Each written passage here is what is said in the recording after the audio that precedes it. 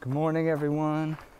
We're right at the back end of quite a bit of cosmic activity, shall we call it, in the universe with the eclipse and the moon activity that's been going on recently. And in my line of work, I get to really, dig deep into that world because people, when they're booking sessions with me, it often aligns with the activity that's going on in the universe because so many of us aren't attuned with the moon's activity and how even the sun actually affects our electromagnetic field. And so when all that's going on, and we all know on a spiritual level we're all connected, but what I'm trying to do is also teach people that it ties in very real to the scientific side, to our body's makeup, to the chemicals, to the neurons and electrons and atoms that are all moving around and all the energy.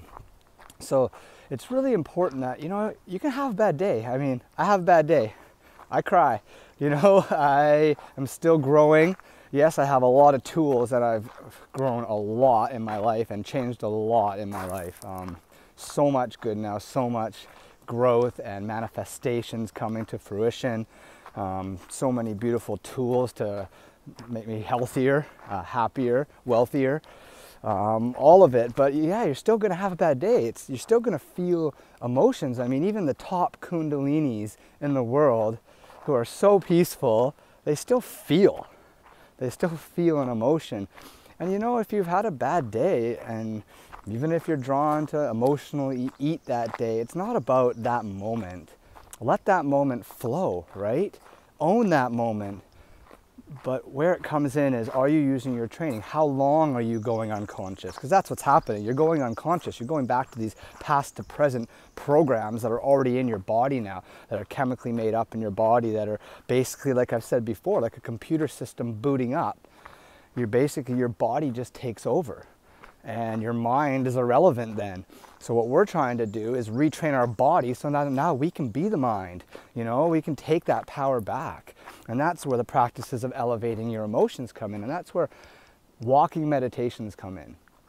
You get out into nature, get out for a walk, and really be in your own energy. Really be taking pauses while you're out and taking a deep breath, taking 10 deep breaths to really bring your awareness to your body, to really then concentrate on elevating your emotions. And that's a tool how you can get out of a bad day or a bad couple days if so be. But you don't want to let it consume you and go day after day after day. And that's where the work comes in, and it's not to harp on anyone or anything, but that is where the work comes in, to be in that awareness, to not let yourself go unconscious for too long. And the more you do the work and the more you retrain your body to live from elevated emotions, the easier it is to get back. Trust me, I could be down in the dumps and unconscious for a day or a day and a half and then get into my own energy out in nature, and all those elevated emotions that I've worked so hard to program into my body, they just come back. They just magically come back. That's the secret. You're training your body. Just like when I was training to go overseas to play soccer. When I was 12 years old, I would be going out after homework into the dark, running hills up and down in the pouring rain by myself.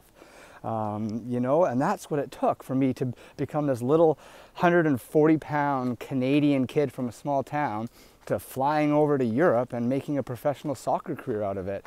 It was all down to programming, to visualization, mental rehearsal, and it's the same thing in life.